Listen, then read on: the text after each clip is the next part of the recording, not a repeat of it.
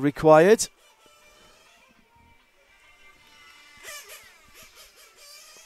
So let's pick up the car.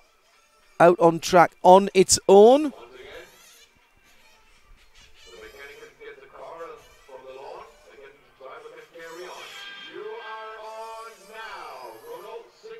So this is Bruno Eliazord.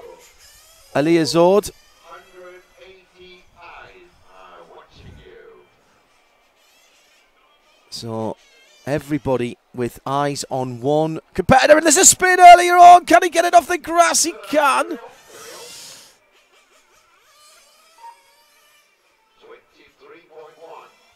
So 23.1 the first lap. You can see it on the screen. Now,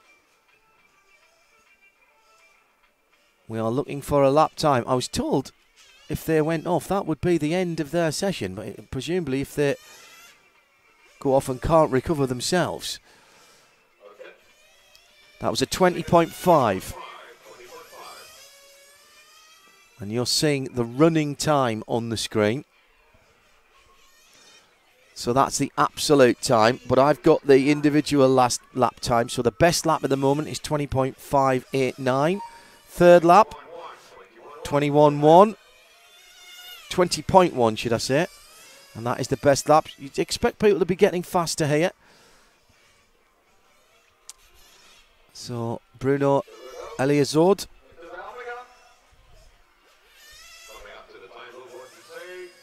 And this time it's a 20.2, so still 20.155. And remember, the best of these four in SuperPole will go directly into the B main final. Oh, that was a shame. That was a good lap going there. This is 4. That was a last lap of qualifying for Eliazord. Through the pits horseshoe into the Infinity infield now. And we'll stop the clock at the end of this right-hander. 19.5. And the 19.5 then is the time to beat.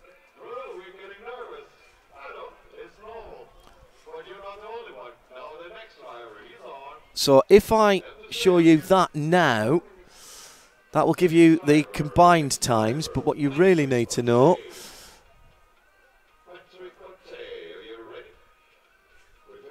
right, that was a 19.5, and that hasn't stayed on the screen, unfortunately. They've cleared it off. So next then will be Patrick Corte from Switzerland, just across the border. 19.5, remember that.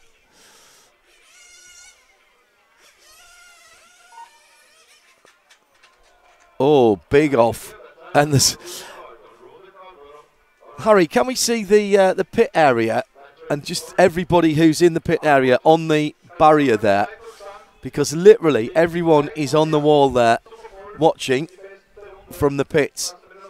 So real pressure. 2 minutes still for Patrick Corte to do any repairs.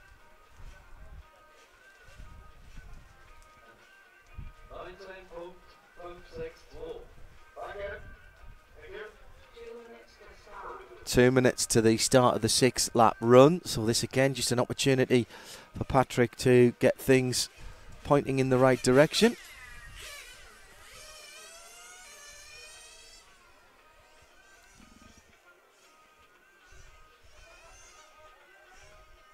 So once again, the format, if you're new to SuperPole, as I am, these are 2nd through to 5th place qualifiers in the B part of the competition. One of them will qualify after this SuperPole competition directly to the B main final, but only one of them. Warm up here, and their single fastest lap will be what counts for them of the 6 consecutive laps that they must do.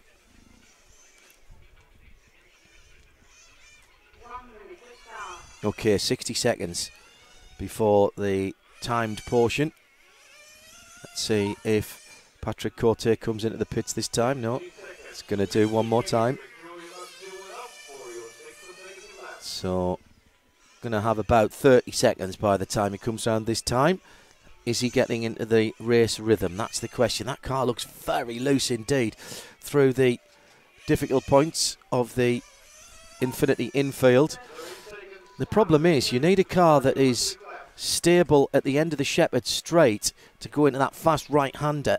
But if you put too much front end into it, then your issue is that it's loose in the twisties. Okay, 19.5 second lap is what we're looking to beat. Bruno Eliazord, everybody watching on now, and the time will start this time through. There's the buzzer, and they're on the clock now. Corte then, down past the pits, straight through underneath us and round the grandstand corner. Down the straight, that's looking pretty good there. Through the horseshoe, in front of the pit building, now into the Infinity infield. Staying well clear. First lap then, first flyer, 21.8. Not a bad first lap. Back end stepping out though for Patrick Corte.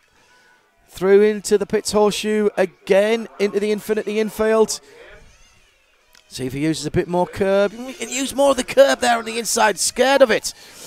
20.0. This is looking good. Got to keep it together now. Oh, that was a better exit onto the Shepherd Straight. Through the kink. And through into the horseshoe. Into the Infinity infield. Oh, over the curb. That's all right. That's got to be a 19 shooting. No, 20.2. Lost a little bit of time. So, still with this and two more. Patrick Corte from Switzerland on the SuperPole and the B side of the competition. This looks tidy. This looks tidy, but the clock will tell us. Nope, 20.4, getting slower. Penultimate lap now. Oh, and he's rolled it into a small ball at the kink. Let's have another look. It was too much curb on the right-hand side, I think. Yeah, he's in the wrong place on the track there. Needed to be over to the left and cut back too early. Just got out of sync with the track at the end of the Shepherd Straight and has rolled it into a small ball. One more lap. And it starts now. It's now or never for Patrick Corte. Needs to beat a 19.5. How much is he prepared to put it out there? Goes wide on the exit onto the Shepherd Straight now. This is where he had his accident. Into the horseshoe at the end of the pits. Looks good through the Infinity infield. 3 corners to go. 2 to go. Oh, that across the line. 20.4. So it does not beat the time of Eliziord. So still Bruno Eliziord at the moment with the automatic qualifying into the B main from Denmark. René Kelly up. And this is the warm-up for René.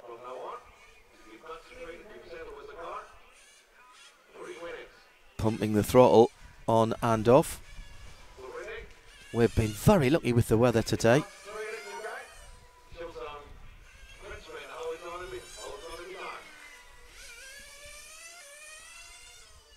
Two more drivers then to try and fight their way directly into the B main.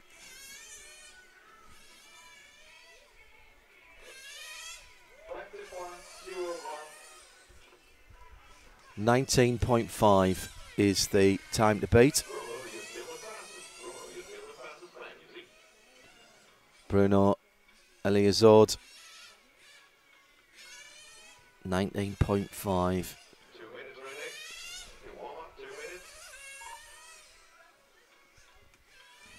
Well, this looks consistent, but I'm not sure it's quick enough.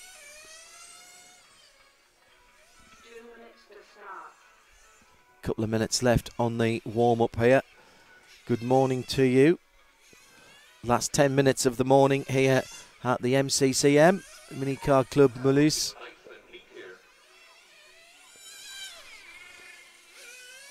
Coverage live and exclusive, brought to you by Infinity Shepherd. And we travelled here in style with the Jeep Cherokee 2.0 multi-jet diesel 4x4.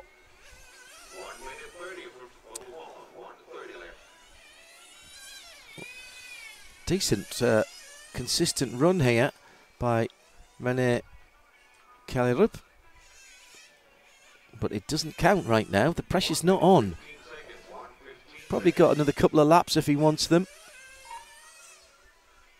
The infield area where the time will be made up. You've got to get close to the curbs without cutting them too much.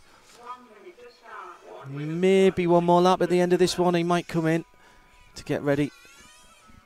Just top the car up with fuel. Oh, that was a lovely line through there that time. Is he pitting? Yes, he is. Right, stand by, everybody. This is the third of four drivers to try and qualify direct to the B main. 19.5 seconds is the time to beat. It's a single timed lap. And out then for his time run, revving the motor. That is René Kelly from Denmark.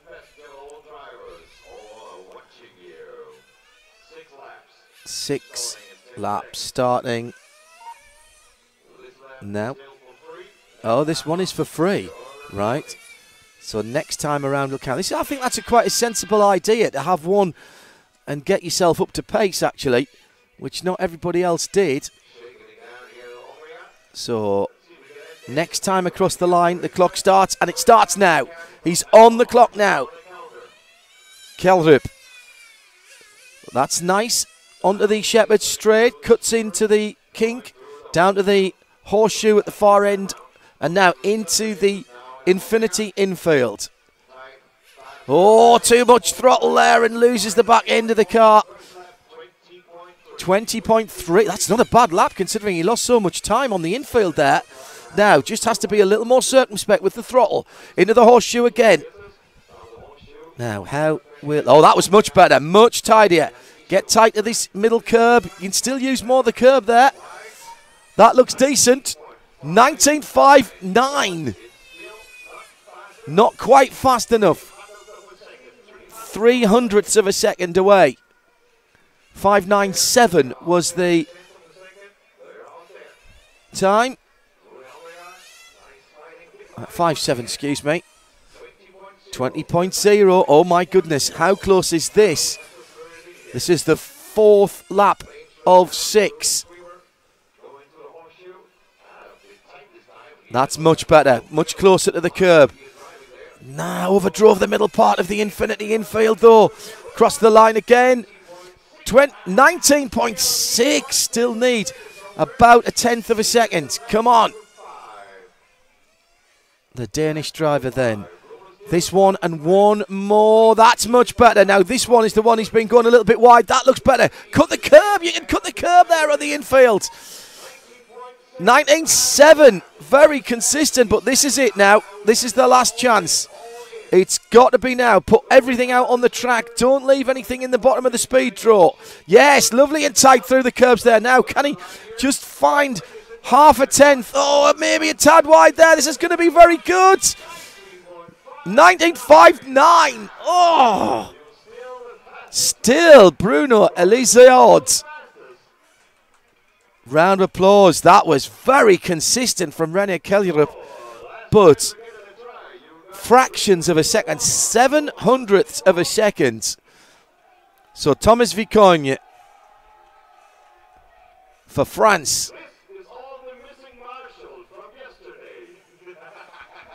So let's see what Thomas Vicogne can do.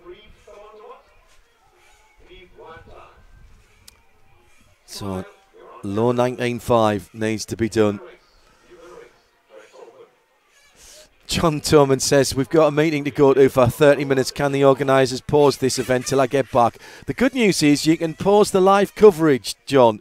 Not sure if you realise that, but there is sort of a DVR feature. And you can pause it and come back to it if you leave your computer on, or you can rewind and pick it up.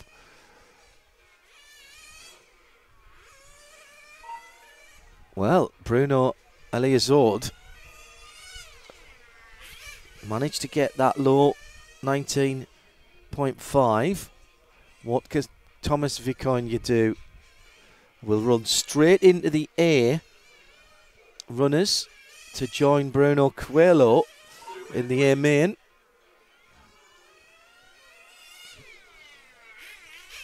Real pressure here for the drivers, because literally everybody at the circuit, and we've got a few people spread out onto the bank sides as well.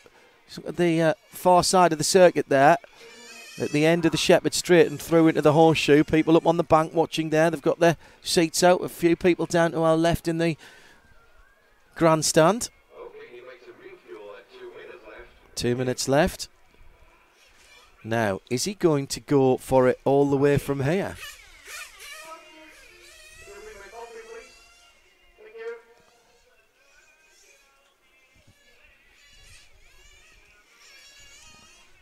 I like the idea of getting yourself into a rhythm and effectively taking a run out after it, rather than coming into the pits and then going out and trying to head for the fast lap immediately.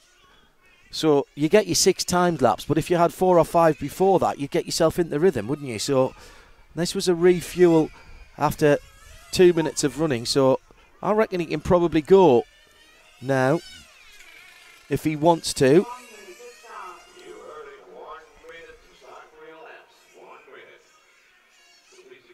So round about 3 laps now, and then 9 more, 6 more rather. That would make 9.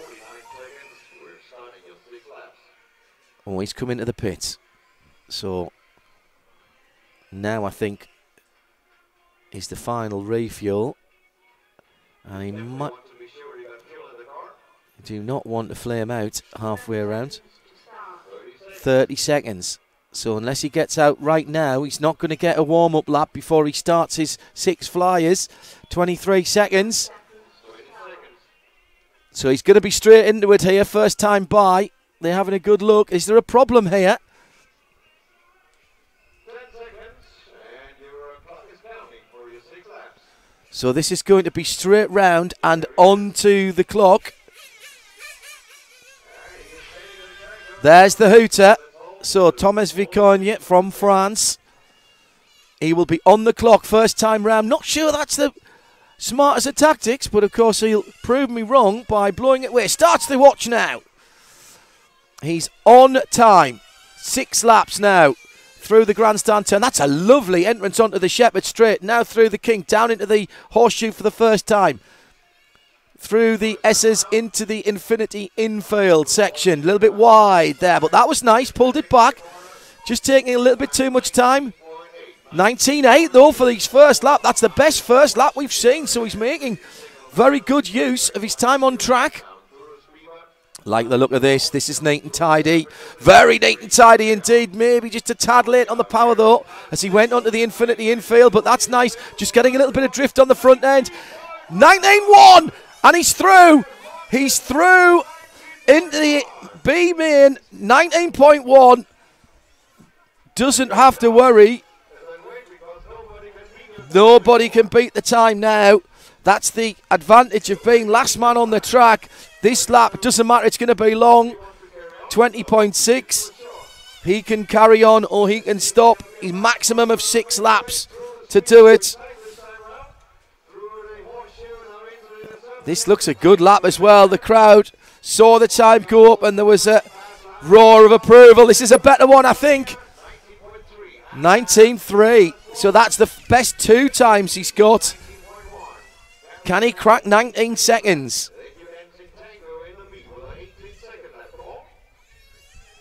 I wonder. Here he goes. He's just enjoying this now. Thomas Vicogne. 19.437. All in for the last lap.